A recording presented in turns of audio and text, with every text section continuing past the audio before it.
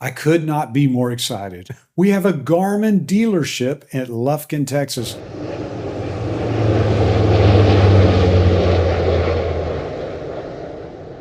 I'm telling you, the stars aligned as I've never seen them aligned. So, and really what happened is some really cool people that were already in our lives came into our lives in a bigger way. And Deanna and I cannot be more excited to have Doug and Valerie Steen. Doug, Valerie, thank y'all for being on the Malibu Guru Podcast, but thank you more for really interrupting your lives and coming to Lufkin, Texas. You're welcome. Well, thank you for the tremendous opportunity.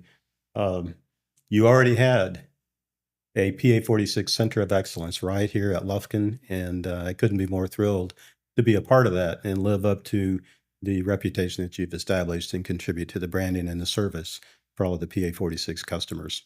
You know, I do, you're exactly right. I want Lufkin, Texas to be a place where you can bring your PA-46 and get anything done. We have a vision of having a paint shop, an interior shop. We've got a maintenance shop. We now have an avionics shop here. We want it to be a place where you can bring your PA-46 and just do anything that you want to do to that PA-46 all in one place. And it's so great how the market's responding. But avionics, I would have never thought this. So let's paint the picture. Let's go back into history. Tell me, Valerie, you come from a long line of aviation. It's rather impressive. If you read your resume, it really reads impressively. I didn't know you'd seen my resume. Trust me, I know a lot as far as that's concerned. Doug, you do too. Both of you come from backgrounds in aviation that are very different, and in the sense that really an extensive history in aviation. As you look at this, though, how did you get to the place where you have SemiPlane? Well, I'd already been a pilot. I mean, that's how Doug and I met, and it's kind of an accident that we have SemiPlane. Doug had some work done on our Cirrus, and he jumped in, avionics work. He jumped in, turned the master switch on, and there was smoke everywhere, and relays were popping. Hold on, let me back it up. You had SemiPlane, and Doug came to you? No. Let me get this straight. This is long before we had SemiPlane. I'm an engineer working for a little company doing time-of-flight research in mass spectrometry, which has nothing to do with airplanes. I've been an engineer all my life. All my life. And Doug had just brought our plane to another shop, and they said it's ready. He jumped in, he turned the master on, and there was smoke and relays popping and breakers popping. And so the guys worked on it for 3 days, and they couldn't figure out what had gone wrong. So I called them up, because I don't just sit there and do nothing. And they showed me a board, and they showed me the components on it. And anyway, just looking at it, I could tell it had been overvoltaged or reverse voltage. So is there any chance of that? They said, no. Anyway, I said, just stop right now. And I drove. It's about a 4-hour drive. And in 15 minutes, basically, I figured it out. So the owner of the shop said, these guys work for you. And I charged him like my engineering consulting rate, and we fixed the airplane and got it going. And then later on, I thought I need a job. Doug had just retired from Lockheed, and he was going to start flying professionally. And I thought if both of us are flying professionally, because I've been flying a corporate for a law firm down in Houston, we'll never see each other. Somebody needs to stay home and take care of the dogs. So I thought I'll have an FAA repair station. People do that, right? And so that was my stay-at-home mom job take care of dogs and stuff. And I thought, well, if these guys can do it, I think I can do it too. I can't tell you how many good, solid businesses are born from a need, a simple need, and a card table in your living room, meaning just an idea and let me do this, and all of a sudden it begins to grow and flower. And is that what happened with SemiPlane? Well, that incident, whatever, the insurance settlement from that, and the payments and stuff, that was kind of the seed money a little bit. And then, but it was really just that I thought, well, I can do this avionics stuff. I don't have an A&P, but like I said, I've worked as a practicing electronics engineer for all my life. And the systems are familiar. And I've been a pilot for 25 years, and I've worked on planes for 20 years. So it was just kind of the critical mass of, yeah, we can do this. And you were able to work at SemiPlane, you're able to work on not Garmin, because you're not a Garmin dealership back in the day. In the early Right. days, you began working on what type of avionics systems? Well, we did do Garmin, but we did the over-the-counter Garmin. So there's two categories of equipment with Garmin: over-the-counter and dealer. So we did the over-the-counter for the most part. If somebody brought us something and I don't ask where they got it, I'll put it in. Tell them if I've got the documentation, I can do it. But we did a lot of Avidyne, a lot of Dynon. A lot of smaller airplanes, experimentals, things of this nature as well? Yeah, but we also did, through Dynon, we were doing A36s and, Bonanzas. yeah, And Pipers, P-30. Cherokees, Bonanzas, the whole Saratogas. gamut. Yeah. So we got a pretty broad range of stuff. We just didn't put Garmin systems in. Right. But we could not put these little Dynon systems in our own PA-46. Right. Which was frustrating. So let's break off and talk about that a little bit. Y'all are jet prop owners, and both right. of you are jet prop pilots. And meaning you fly your jet prop. You have a lovely Dash 21 jet prop that incidentally is not Garminized right now, and It is somewhat Garmin. somewhat Garminized, but 500 not as it PSI. will be one day. Not one day it's going to be a show plane for avionics. Absolutely, and it will be one day. But it's a lovely airplane. Y'all are both enjoying flying the jet prop, so you're familiar with the PA-46 community. You've been in our community for how long have y'all owned this jet Well, prop? time gets away, and it's been like 7 going on 8 years, maybe. Yep. It's that long. Yeah. It's 7-year owners of jet props. So you've been in our community. You know what our community looks like. You know what avionics need to happen in our community. And the avionics that really belong in our airplanes are Garmin. And we fly them. Everybody, yeah, and you're flying the Garmin stuff, but everybody wants a Garminized airplane today. And that's a good thing.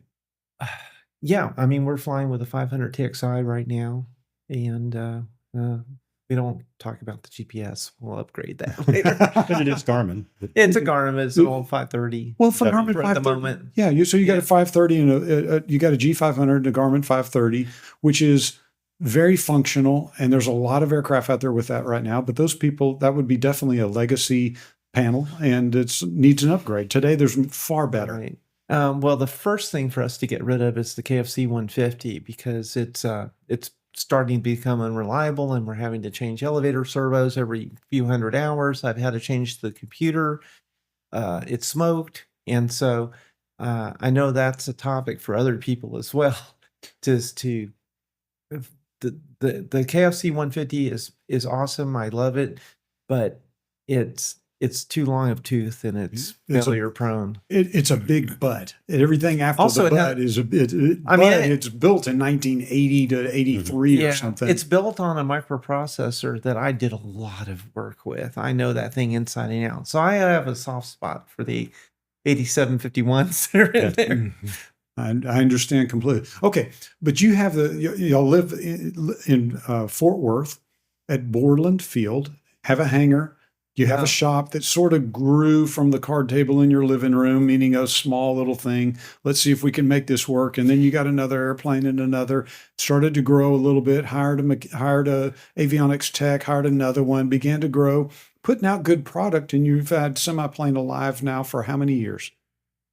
We got our repair station certificate in 2019, and we'd actually been doing a little bit of work under ANPIA before that. So probably the first planes I worked on in the neighborhood were 2016 or so. There you go.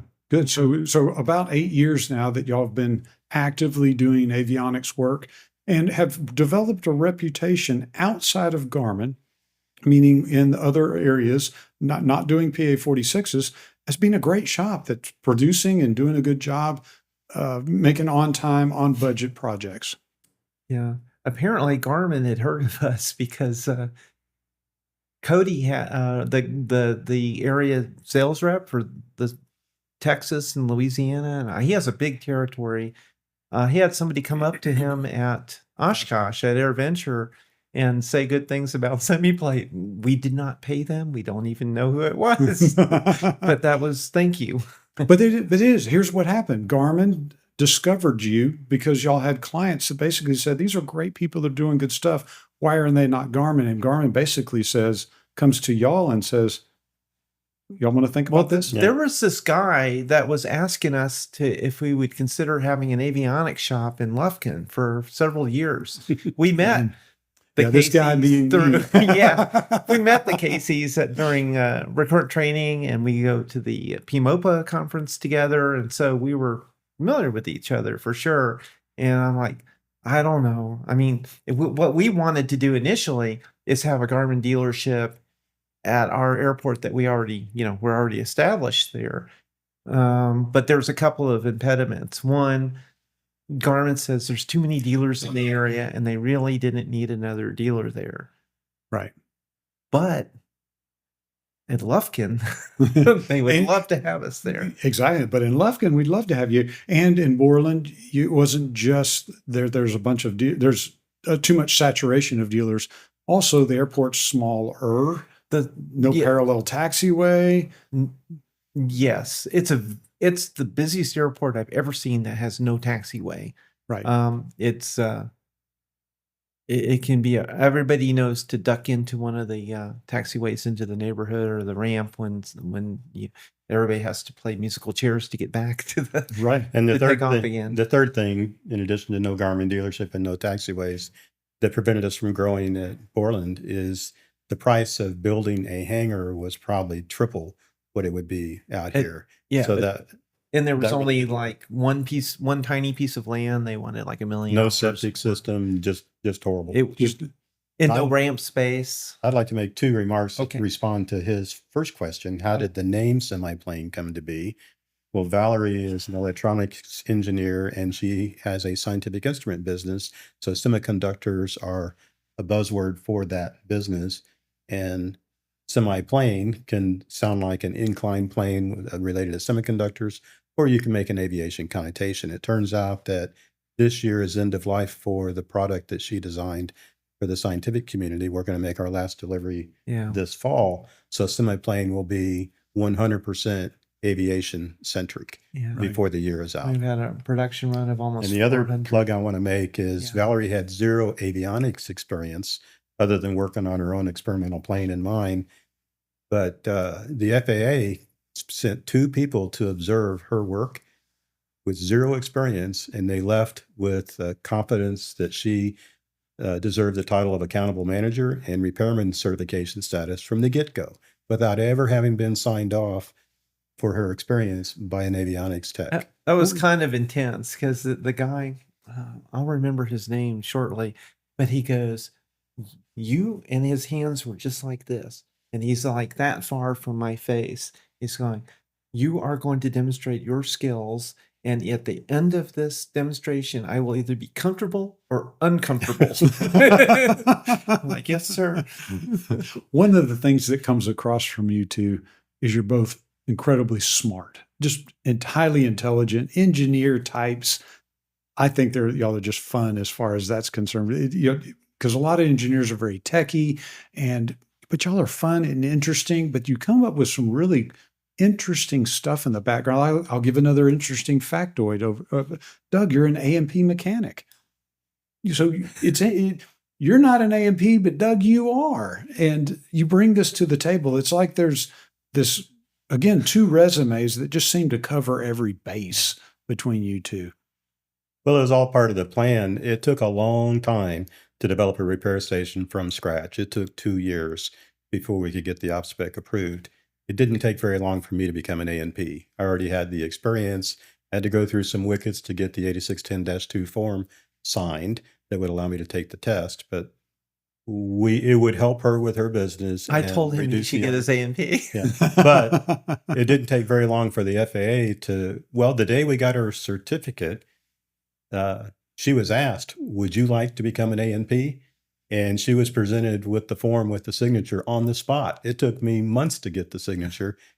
So she is authorized to take the test to be an A&P, but she hasn't had the time. Something tells me she'll figure that out and take the test. Before I do that, I want to get my double I. There you go. Well, we can help. She is. I know. She is a CFI for many years, but wants the double I. Yeah. So we both have, we have kind of like slightly different aviation backgrounds. When I met him, he had like 4,000 hours. He was flying his Bonanza around, no autopilot. By that time, I had a Cirrus. That's right. You had the Cirrus. I'm sorry. Yeah. By that time, we had the Cirrus. The point is, both of y'all fly a lot. Aviation's been in your blood ever since the very beginning, and I just think that's a cool part. I will tell you, for us, we have the pleasure of helping a lot of people buy and sell airplanes. Our brokerage, we call it brokerage to sell an airplane, and buyer agent when we're helping somebody to buy an airplane. And it's one of my favorite things to get to do is to help people buy and move in and out of an airplane. And a lot of times what people will end up doing is come to us, they'll buy an airplane and they'll say, I need to put a new panel in. And so we have become, in the aviation marketplace, we have become very good friends with two other avionics shops. One of them is RC Avionics, which is up in Minnesota. Wonderful, wonderful, wonderful shop. Tony is the leader of what they do up there, and he's just fantastic. And they have done more full panel retrofits. And I say from my customers, it's not always my customers, it's a lot of just people that I'm saying, if you want to know the best, that's where they're at. They're up there in Minnesota, and they're right next door to, or just down the taxiway from Malibu Aerospace. But a wonderful, wonderful, wonderful shop that just does some of the best business in the world. Kudos to RC Avionics. Right next to them, like a partner in terms of just being an excellent shop, is Maxcraft. Maxcraft is led by Steve Nunn up in Vancouver, way up, as far as being in Texas. We're talking about, I don't know, 1,500 nautical miles or something, way up there. But you talk about a shop that does a great job and is really serving that West Coast. I've sent my personal airplanes up there, but both of these shops are a long way away. And so we end up with directing people, helping people go to shops, and with really difficulty having for us to be able to bridge that distance gap. Now I flew my Cessna 182 all the way up to Vancouver to get the panel done, and flew it all the way back. I don't know how many airplanes that we've sent up to Malibu or up to RC Avionics, but it's just a long way for us. And we've always wanted to have something in our backyard. So we've been talking to y'all like, can we do Garmin? Is it possible? And y'all have always, because you got an avionics shop, and it's just a cool thing of how can we do this? But then all of a sudden, stars start aligning, don't they? Yeah, and it really was kind of like that, because we had the push. We knew we were wanted in Lufkin. Thank you. Yep. And we knew Garmin was more interested in us being in Lufkin than at Fort Worth. And we had an avionics shop in Fort Worth put in our G500 TXI, and it had lots of problems. And it was frustrating that I didn't have access to everything on it. I couldn't do it. Go put your fingerprints on the project. And we ended up with the realization we have to go Garmin all the way on this stuff. And so we kind of put it back on the burner to get the Garmin dealership. And Doug did all the contact and phone calls and all that. We made it through their screening process is pretty rigorous. It took months. I would say it was the second hardest thing to getting the repair station. What do you think, Doug? I totally agree. Yeah. Yeah. But it should be, because becoming a Garmin dealer should not be an easy thing. I'm impressed because Garmin thought enough of SemiPlane to basically say, we want you, and for y'all to be able to say, well, we want you too. But Borland just didn't have the landscape, the airport infrastructure that would allow it to be a business airport. And Garmin was like, we're not sure about that. And we talked to Garmin as well and basically said, we love these people. They're great. And what about Lufkin? And they were like, well, we'd love to have somebody in Lufkin. And the stars began to align. Y'all did the paperwork. Garmin wanted you. Garmin wanted Lufkin. We wanted Garmin. We wanted you. And Garmin interviewed the Caseys to get confidence that this was a good match. I think that carried a lot of weight It did. for Well, allowing the dealership to be approved. Yeah, I can't. we I appreciate can't- all your help. Well, no, we were absolutely in this, and I will tell you, we went to RC and we went to Max Graff and said, "Is there a way to get a wing of your business here? Because we need a Garmin dealership here." And it couldn't make things happen for a bunch of reasons, and that's all well and good. But with this, it worked out so it was as if, when you make there's some stuff times you have to push and shove to make something happen, and sometimes you begin to move and things begin to flow in the same direction, and it goes rather easy. For this, it was like we were able to talk to Garmin, and Garmin agreed, and we all thought it was good, and you all liked them, and then we had to find a hangar.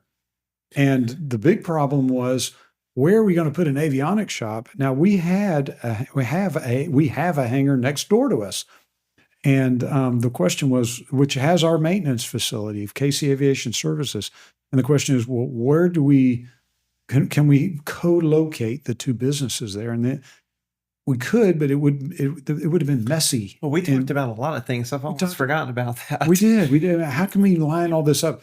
And where do we find the roofing structure to put this under roof?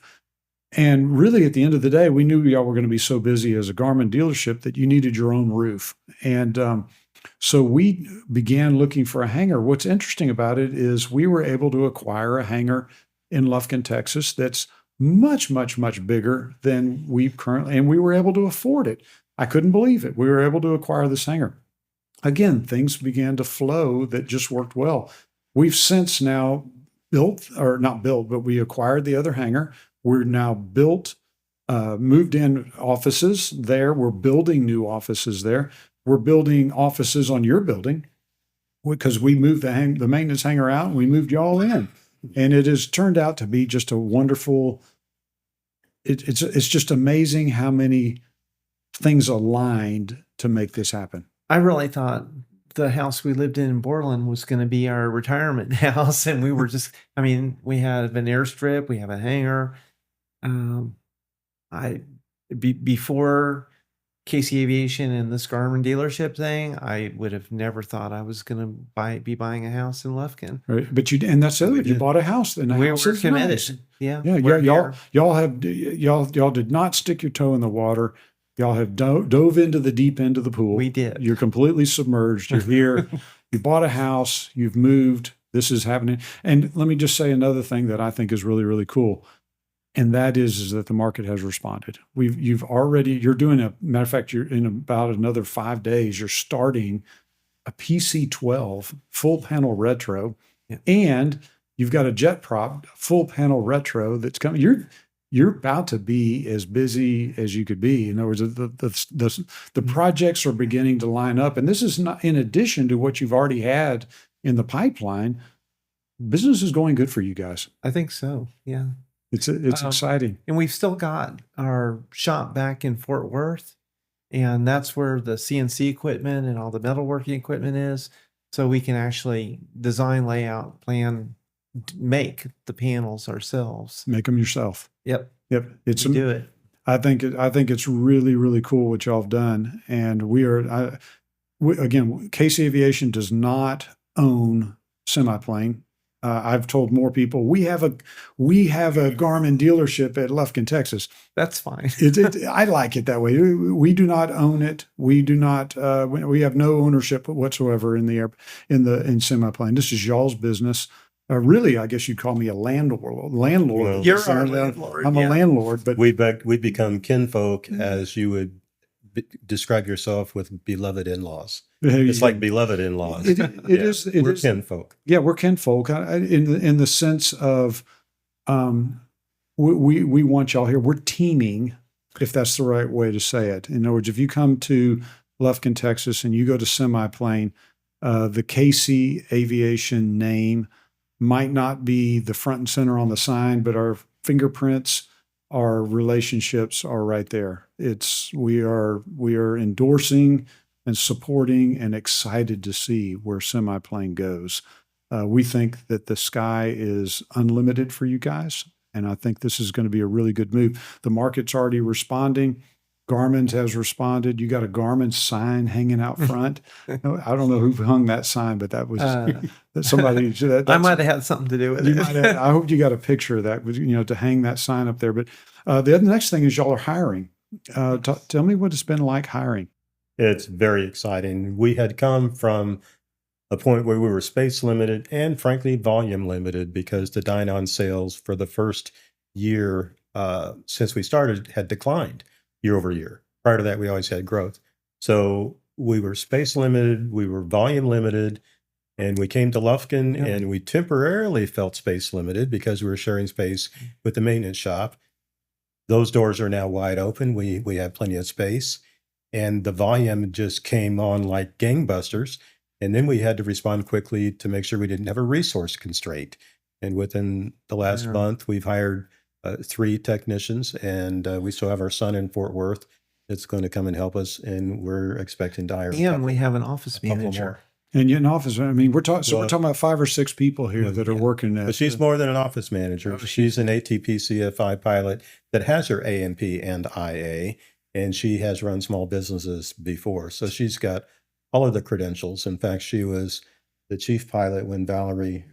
She was the captain, I was CFO when we flew together. So they have a long. We know each other. We've been flying together for years. So she's more than an office manager. Yeah. We're thrilled to have her. For KC Aviation Services, people told me that your number one problem is going to be hiring people and getting good people on the team. And I will agree that is a challenge in today's hiring pool or hiring in the landscape that's happening out there in the hiring world. But I will tell you, the key is hiring thoroughbreds. We have hired some serious thoroughbreds, just people that are so excellent. We pay good money for them. In other words, we pay well, but thoroughbreds love to hang around thoroughbreds. And as you start getting one thoroughbred and then another and then another and another, all of a sudden a couple donkeys show up and they run them off. And you end up with more thoroughbreds, and you end up with this company full of thoroughbreds. And it's just so much fun. I mean, being in the stable with a bunch of thoroughbreds is just a blast. I kind of feel the same thing about y'all. In other words, you're able to hire thoroughbreds and get people that you actually want here. And then once you begin to do that, thoroughbreds go find their other thoroughbreds and bring them in. Our hiring we're in the hiring mode too at KC Aviation Services, but it's been fun for us to find that our thoroughbreds go find other thoroughbreds and tell them, and this is a great place to work. Good things are happening. The future's bright. I'll tag on just a little bit. It's her expectations on skills and background is a very, very high standard. And we've never been able to find somebody at the gate that meets all of those qualifications. But one of our new hires next door, he had a bunch of gaps in his background. And within a couple of days, we realized he had a hunger for knowledge, a work ethic, and a general trustworthy ethic that he's learned so much in a couple of days. He's going to be a total subject matter expert by the end of the year, and he'll have full charge responsibility for soup to nuts installations. And when we hired him, we thought this is going to be a long-term growth project, that he's got significant gaps. And now we're thrilled that at the pace that he's going to grow. You brought somebody in and discovered you really did hire a thoroughbred. He's not a donkey. And you'll find that thoroughbred will bring other thoroughbreds in. And it's a beautiful thing. The bottom line is here, if you're listening to this podcast, both KC Aviation Services and SemiPlane are hiring. We're looking for good thoroughbreds. If you know anybody out there that's in the avionics world, send an email. If you know a good mechanic looking for a good job, send me an email. We'd love, or a phone call or something. We'd love to be able to get new talent in. Valerie, tell me what if you looked up 2 years from now, where do you think you'll be? What do you think it'll look like? In 2 years, I'd like to have keep the hangar full of airplanes. We can fit 4 or 5 airplanes in this hangar. Yep. And we'd like to have technicians that are experienced enough at that point that they can head each airplane. Like we'll assign a person to it, and they'll be the lead on it. And we'll probably have some interns and some lower level people. But yeah, it's just And- growing the cast of people. We that forgot to work mention, we have airplanes. another employee coming mid-June. In 2 years, I would expect us to be doing 10 major full panel upgrades per year, and then all the smaller jobs and the pedostatic transponder services in addition to that. And squawks. Squawks are small effort, small dollars, but they're so important to serve our customers. And she missed probably half of the Saturday at the M class, taking care of avionics squawks that attendees said, "Oh, can you look at this or that?" Yeah. And so taking care of squawks are very important because we're I dedicated think to we the, looked at 3 to airplanes. the during PA-46 M community. Yeah. It was, M class was great. We had 75 people here and 47 PA-46s on the field. Tremendous. It's I pretty amazing. I could not imagine how many people came to M class, but it was so much fun because we had SemiPlane, we had Garmin, we had Instrum, we had and everybody was kind of feeding off everybody. It was just so nice to see, oh, I need that thing done, and here y'all are, we're trying to help them. It's the perfect time for people to do software updates. It doesn't take too long for me to do that, especially if I know in advance and I can have the SD cards prepared for them. We can take care of you. Yeah, our goal here at KC Aviation at Lufkin is to have a on the airport. We think that all ships in the harbor rise with a rising tide, and airplanes will come in to get avionics, but they might need maintenance and they might need to be sold or bought or trained. The pilots need to be trained. There's airplanes that are going to come for maintenance and they need an avionics upgrade. Everything feeds off of everything, and we want Lufkin to be a place where you can bring your PA-46 and get it done here. Yeah. And a big, huge, gigantic part of that. And I'm already talking to Kenneth about that sort of thing today. Yep. Yeah. A big, huge part of that is SemiPlane. Y'all are we have very high hopes. We've dumped all kind of resources into this.